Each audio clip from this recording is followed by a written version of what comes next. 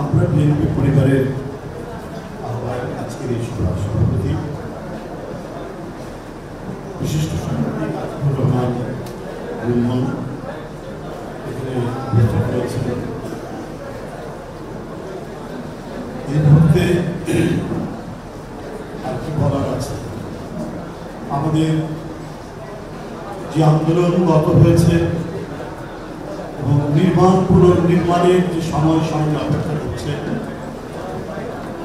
এই সকল কিছুর যিনি দিশারি ছিলেন বিএনপির ভারপ্রাপ্ত চেয়ারম্যান জনাব তারেক রহমান, যিনি প্রধান অতিথি হিসেবে উপস্থিত হয়েছেন।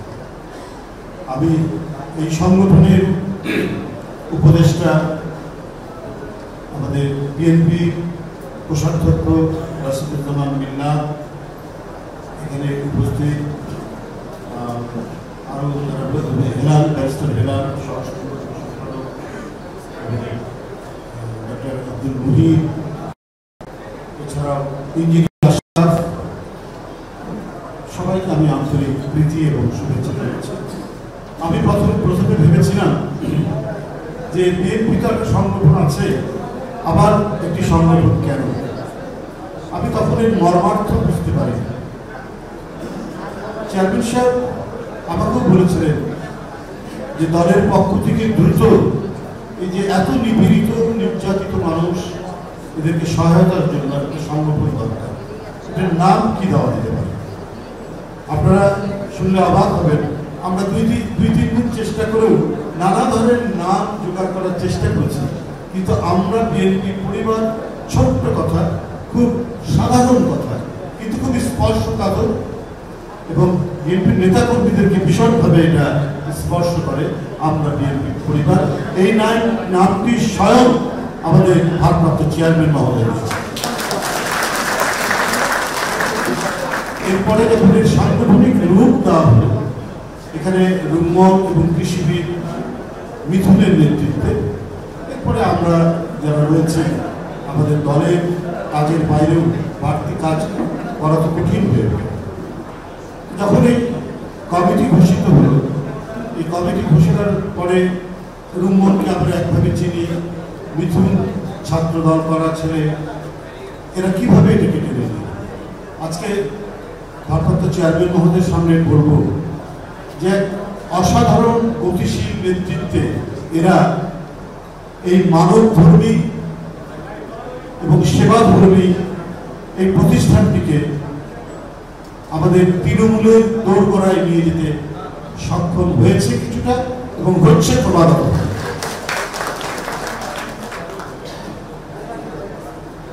আপনারা জানেন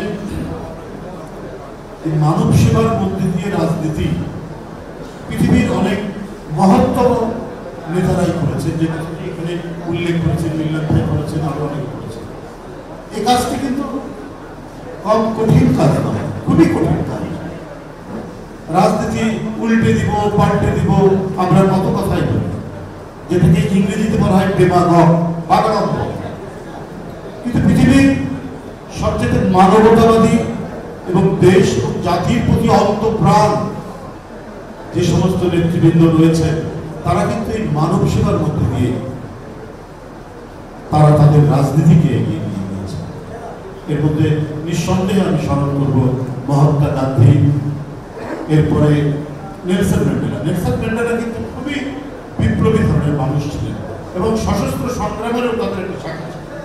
তারপরে জীবনের এক মুহূর্তে তার উপলব্ধি হলো কারাগারের ভিতরে যে না, এই পথ বোধহয় ঠিক নয়। তিনি মানে গণতান্ত্রিক সংগ্রামের যে নিয়মতান্ত্রিক সংগ্রামটা জারি রাখলেন এবং জেলের ভিতর থেকেই নেতাকর্মীদের নির্দেশ দিলেন, তোমরা গ্রামে গ্রামে ছড়িয়ে পড়ো এবং গ্রামের মানুষদেরকে উদ্বুদ্ধ করো লেখাপড়া শিখতে এবং স্কুলে যেতে। এইটা একটা বাণী আকারে, তার বাণী আকারে কারাগারের ভেতর থেকে তার কর্মীরা, নেতারা, এএনসি বলা হয় যেটাকে, আফ্রিকান ন্যাশনাল কংগ্রেস, তার নেতাকর্মীরা গোটা দক্ষিণ আফ্রিকায় ছড়িয়ে এবং একটা বিদ্যুৎ তরঙ্গের তৈরি করল। যে ব্যক্তিটি 27 বছর জেলের মধ্যে, সে তার জাতিকে ভাবছে কত এক্সপেরিমেন্টের মধ্যে দিয়ে। প্রথমে ছিলেন খুবই স্ট্রাগল, সংগ্রামশীল, তারপরে সশস্ত্র যুদ্ধের ব্যাপারেও তিনি তারা একটি শাখা করলেন, ওইখান থেকে সরে এসে তারপরে এইভাবে তার দলকে জনপ্রিয়। এইসব দৃষ্টান্ত পৃথিবীর মহত্তম মানুষদের মধ্যে, মহত্তম নেতাদের। তো আমি এই রুম্মান এবং মিথুনের নেতৃত্বে তাদের যে কাজের ধারাটি দেখেছি, এরা অত্যন্ত সহনশীল। আমরা অনেক সময় বলেছি, রুম্মান তুমি আজকে তো যাওয়ার কথাই, আর 2 দিন পিছিয়ে দাও। ওরা কিন্তু কখনোই দেখিনি যে বিরক্ত হয়েছে। আচ্ছা ভাই, কখন যাবেন? সকালে যাবেন না বিকেলে যাবেন? এইভাবে আমাদেরকেও যেন তারা একটা পরামর্শ দিয়ে নিয়ে যাচ্ছে, এই কাজের মধ্যে যুক্ত করেছে। এবং আপনাদেরকে আমি বলে রাখি, আমরা তো ছাত্র জীবন থেকেই কাজ করে আসছি, মিছিল করছি, মিটিং করছি, বক্তব্য রাখছি, কত কি করছি ছাত্র জীবন থেকে। কিন্তু এই যে মানবধর্মী সেবামূলক এই কাজটি, এই কাজের সাথে সংযুক্ত হতে পেরে নিজেকে এত ভালো লাগে, মনে হচ্ছে যে আমরা আপনাদের সত্যিকার অর্থে যে কাজটি আগেই হওয়ার কথা ছিল সেটি অনেক দেরি হয়ে গেছে, এখন আমরা সেই কাজটি করছি। এই আমরা বিএনপি পরিবারের সাথে যুক্ত থেকে গত পরশু দিনে আমরা নদী পার হচ্ছি, একবারে বিস্তীর্ণ ধান খেত অতিক্রম করছি, একেবারে অজব পাড়াগার ভিতরে ঢুকে সেখানে একটা ছোট স্টেজ করে সেই যারা আহত হয়েছে, ঢাকাতে তাদের মতো অনেক ঢাকাতেও আহত হয়েছে, এখন বাড়িতে আছে, সেখানে গিয়ে আমরা যারা ভারপ্রাপ্ত চেয়ারম্যানের যে শুভেচ্ছা, তার যে সহযোগিতা, এটা পৌঁছে দিচ্ছে। তো এই যে কাজের যে ডাইমেনশন, এই ডাইমেনশনটা আমাদের প্রচলিত রাজনীতির বাইরে আমাদেরকে অন্য একটি জায়গায় নিয়ে গেছে, এবং যার মূল তত্ত্বাবধান এবং যার মূল পৌরোহিত্য এবং অভিভাবকত্ব আমাদেরকে এটা করতে উদ্বুদ্ধ করেছে, তিনি তো আমাদের নেতা স্বয়ং তারেক রহমান। রাত্রি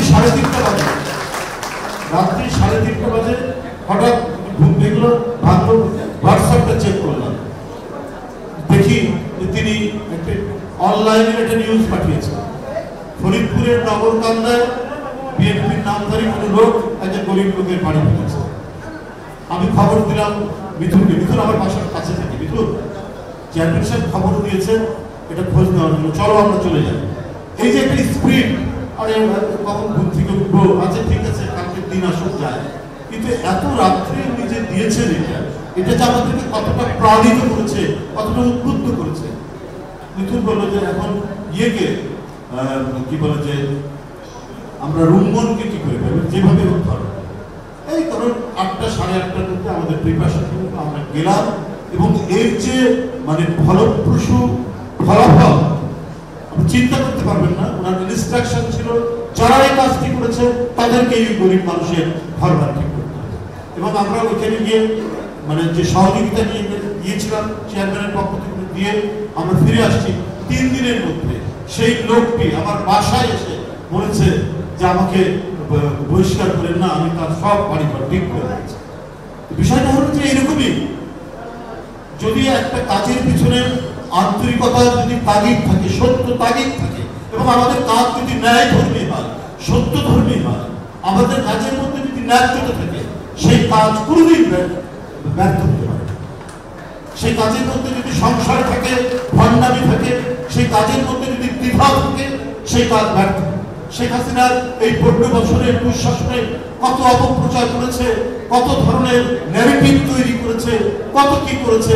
বিএনপি যদি আসে ক্ষমতায়, তাহলে 1 লক্ষ লোক মারা যাবে, 10 লক্ষ লোক মারা যাবে, স্বয়ং ওবায়দুল কাদের বলেছে।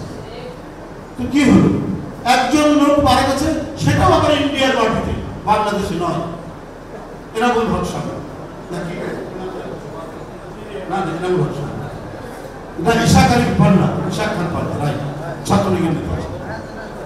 তো এই যে আপনার অপপ্রচার করা, অপপ্রচার দিয়ে বিভ্রান্ত করার চেষ্টা করছে, কিন্তু ক্রমান্বয়ে মানুষ কিন্তু স্পষ্ট হচ্ছে। মেঘ সরে গেলে আকাশ যেমন নির্মল হয়, ঠিক আমাদের রাজনীতির অঙ্গনও নির্মল হয়ে আসছে। যখন দেখলাম যে প্রাইমারি স্কুলের শিশু, হাই স্কুলের ছাত্র এবং কলেজ ইউনিভার্সিটির ছাত্ররা এক কাতারে দাঁড়িয়ে এক কাফেলা তৈরি করে শেখ হাসিনাকে পালাতে পারত। কিন্তু আমাদের চেয়ারম্যান তার যে অটল অব্যয় এবং প্রত্যয়দীপ্ত তার যে আহ্বান, এই আহ্বানের মধ্যে দিয়ে যে পটভূমি রচিত হয়েছিল, তার মধ্যে দিয়ে এই তারুণদের যে উচ্ছ্বাস, এই উচ্ছ্বাসে তাকে তুলে দিত। এই হাসিনা বলেনি যে মালয়েশিয়াতে তারেক রহমানের মিল আছে, কারখানা আছে, 17 বছর জোর করে মানুষকে গুলি করে বিএনপির নেতা কর্মীদেরকে কি বলে গুম করে অদৃশ্য করে এত কিছু করার পরে কই একদিনও তো ওই কোথায় মিলটি, কোথায় কারখানাটি, মালয়েশিয়ার কোন জায়গায় সেটি স্থাপিত সেটি দেখাতে পারলেন না। বিএনপি যখন ক্ষমতায় তখন তিনি এই কথাগুলি বলেছেন। অথচ দেখুন বিএনপি ক্ষমতায় এই কথা বলার জন্য আপনার শেখ হাসিনাকে কিন্তু গ্রেপ্তার করেনি, বা তার কোনো দলের লোকজনকে গ্রেপ্তার করেনি, একটা মিথ্যা বানোয়াট অপপ্রচারের জন্য করেছে। তো ক্ষমতা আসার পরে দেখালে না কেন? কি ইন্ডাস্ট্রির নাম কি, সেই কারখানার নাম কি দেখাতে পারে। এইভাবে একটা মিথ্যা বয়ান তৈরি করে ওরা মানুষকে বিভ্রান্ত করার চেষ্টা করছে। তাই আমরা বলি যেটা সত্য সেটার পক্ষে থাকা দরকার। আমি বক্তব্য আর পারব না, শুধু একটি কথা আমার কেন জানি বলতে আমি ইচ্ছে করছে। আজকেই দেখলাম আমরা সবাই বিএনপি সহ সব গণতান্ত্রিক দল যে সরকারকে সমর্থন করেছে, সেই সরকার দেশ চালাচ্ছে, ঠিক আছে, আলাপ আলোচনা তর্ক বিতর্কের মধ্যে দিয়ে থাকবে, কিন্তু সমর্থন এটা করেছে। কিন্তু আজকে গতকালকে আন্তর্জাতিক একটি গণমাধ্যমে যে কথাটি বলেছেন প্রধান উপদেষ্টা, এইখানে কিন্তু একটা বড় ধরনের প্রশ্ন মানে আমাকে সবসময় আমার মনের মধ্যে কাজ করছে। 4 বছর লাগবে সংস্কার করতে? কেন? সংস্কার তো যুগে যুগে বিপ্লব আন্দোলনের নেতৃত্ব দিয়েছে মানে পলিটিক্যাল পার্টি তৈরি করেছে, কনস্টিটিউশন, পার্লামেন্ট।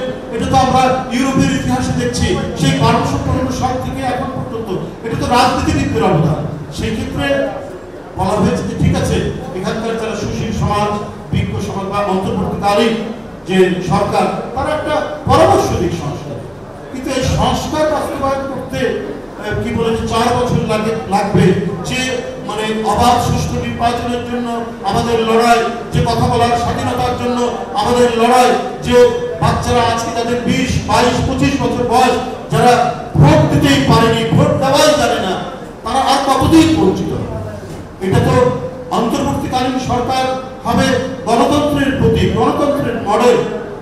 তারা সেটি না করে এই যে প্রলম্বিত করা, এই প্রলম্বিত করা এক ধরনের আমার মনে হচ্ছে কোথাও যেন একটা কোনো জটিলতা হচ্ছে, যেখানে একটি মানে গণতন্ত্র চর্চা এবং রাষ্ট্রের গণতান্ত্রিক বিকাশ গড়ে তোলার ক্ষেত্রে কোথাও কোথায় কোনো সমস্যা হচ্ছে। না হলে এই কথাটি উনি কেন বলছেন, কেন তিনি এত মানে লম্বা সময়ের কথা বলছেন? লম্বা সময়ের কথা নয়, সরকারের মধ্যেই কোথাও কোনো জায়গায় ঘাপলা আছে। সরকারের মধ্যে কেউ নানা ধরনের কোনো মানে কি বলবো, কোনো মাস্টার প্ল্যান আছেন কিনা, এইটা এখন আমাদেরকে মানে ভাবিয়ে তুলছে। আমরা কথা গতকাল বলিনি, গত পরশু দিনই বলিনি, আমরা বলেছি দ্রুততর সময়ের মধ্যে নির্বাচন। কিন্তু গতকালকে এই কথাটির পর আমাদেরকে সত্যিকার অর্থে ভাবিয়ে তুলছে। উদ্দেশ্যটি কি সেটা মানুষ জানতে চায়।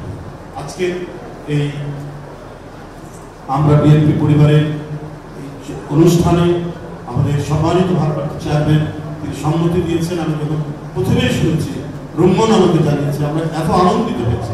আমাদের ওইরকম কন্ট্রিবিউশন হয়তো রাখতে পারি না, কিন্তু আপনি যে সংগঠনটি করেছেন এত সমন্বয়, এত চমৎকার ভাবে, এখানে কোনো প্রতিযোগিতা নেই, কে আহ্বায়ক হবে, কে সদস্য সচিব হবে, কে কোনো দিয়ে ফেলবে, কেউ নয়। প্রত্যেকেই যেন একটা মানে উদ্বুদ্ধ হওয়া কিছু মানুষ, যারা ভারপ্রাপ্ত চেয়ারম্যানের তার যে চিন্তা এবং দর্শন এবং মানব কল্যাণের যে মহান ব্রত, সেইটিকে যেন সারা দেশে ছড়িয়ে দিচ্ছে। সবার কল্যাণ কামনা করছি। খোদা।